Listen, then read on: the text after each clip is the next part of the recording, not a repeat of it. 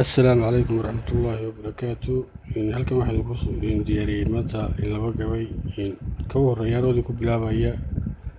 waxaan leeyahay gabalow gugo horay guuryaduna irmaan geel sahan yahay rag baa garaaca howrada liya gaalgaashaanka u sidee maxaad igu galaclay markay geenyadeedu dhashaan galala marin guule mahadiis ka kale ku xigsiinayna wax weeyaan burji kaasoo aan leeyahay baaqan diraya waa baraarugiine bari baa la tegayaa boor iyo habaas badan boholo la marayaa ban aarku joogay bunduqa la sidayaa soorkiyo bilaawaha birta waa la dhigayaa halkuu beedka yaaleenika beensan ayuu beerkaa la jarayaa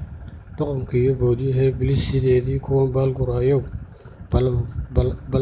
ballanqaada raggii burjiga haybadda lahaa ee buska kuwiidin ku riday intaad baashaalinaysaan badownimo ka weyn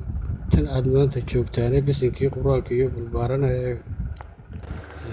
iskaba gaagabnaadaane saddexaadan ku darayaa waxa weeyaan qabweyni oo kaga hadlaya qabyaaladda iyo arrimaheeda marka waxaan leeyahay dunida in qaska loo kacay qaxarka u foogan oo qoloqolo dururka iyo xumaha u qayshatay qabweynaan anaa quwad leh qudha la iskugu ridayo qaflahan wada qooqaya qunsulka qoobka kula jiriyo qolofooyinkan daya-ayda qayrada u rooraysa oo qamuuyaa ciil dibnaha qaniinaysa qarfihii qarribnaa haddaan maanta qoolka ugu duugay qistigaygu waa kii ahaa ha qasoobeeni qaabka looxa markaan qabsado cidi igulama qultamtidhaay qacda waaga haddaan dibnahayga ugu qayaxay oo qiimuhu lahaa qunyar ugu qaayibay sidaan qafilaybay indhaha qalloofaan maandhooyinay qulqulatamayay sideedii haddaan ugu maanqaaday qiileeda way kala qoloodaan qisa xumaantoodii qasal run iyo qoonsimaad noqon waa